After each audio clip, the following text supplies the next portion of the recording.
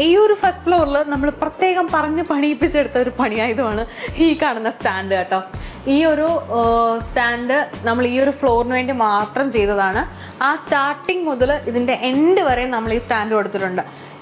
ഇതിൻ്റെ ഒരു main use എന്ന് പറയുമ്പോൾ നമുക്ക് കുറേ സ്റ്റോക്ക് ഇതിലേക്ക് കയറ്റാൻ വേണ്ടി പറ്റും. മാല എല്ലാം കറക്റ്റ് ഇങ്ങനെ ഹാങ് ചെയ്ത് തരാൻ പറ്റും. അപ്പോൾ നല്ല ഭംഗിയായിട്ട് തോന്നും. അതിന് വേണ്ടിയിട്ടാണ് നമ്മൾ ഈ സ്റ്റാൻഡ് ചെയ്തത്.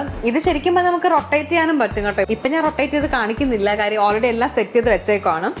ഈ ഒരു സെറ്റിൽ കംപ്ലീറ്റ്ലി വരുന്നത് നമ്മുടെ പേളിൻ്റെ മാല, സ്റ്റോൺസിൻ്റെ മാല, ഇൻവിസിബിൾ ചെയിൻ, അതുപോലെ ബ്രാസിൻ്റെ മാല, അതുപോലെ നാച്ചുറൽ സ്റ്റോൺസിൻ്റെ മാല, അങ്ങനെയുള്ള കുറേ മാലകളുടെ ഹ്യൂജ് കളക്ഷനാണ് ഈ കാണുന്ന സ്റ്റാൻഡ് ഫുള്ളി വരുന്നത്.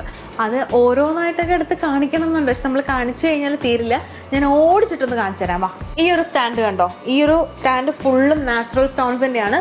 ഈ ഒരു സൈഡിലും ഇതിൻ്റെ ഇപ്പുറ സൈഡിലും ഉണ്ട് കേട്ടോ, രണ്ട് സൈഡിലും ഉണ്ട്. ഈ ഒരു സ്റ്റാൻഡ് കംപ്ലീറ്റ്ലി അതാണ് വരുന്നത്.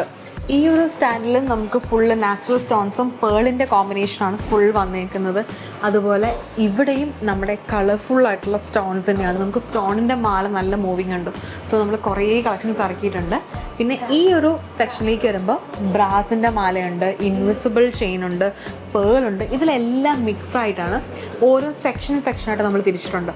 ഇവിടെ വരുമ്പോഴും ഈ സ്റ്റാൻഡിൽ വരുമ്പോൾ കളർ ബീഡ്സിൻ്റെ മാലയാണ് ഫുള്ള് വന്നേക്കുന്നത്. അതുപോലെ അങ്ങനെ സ്റ്റാൻഡുകൾ അങ്ങോട്ട് പോകുന്നുണ്ട് കേട്ടോ. ഞാനിനി ഓരോന്നിട്ട് പറയുന്നില്ല, പയ്യെ തളർന്നു. നമുക്കിനി നേരെ ബ്രൈഡൽ സെക്ഷനിലേക്ക് പോകാം.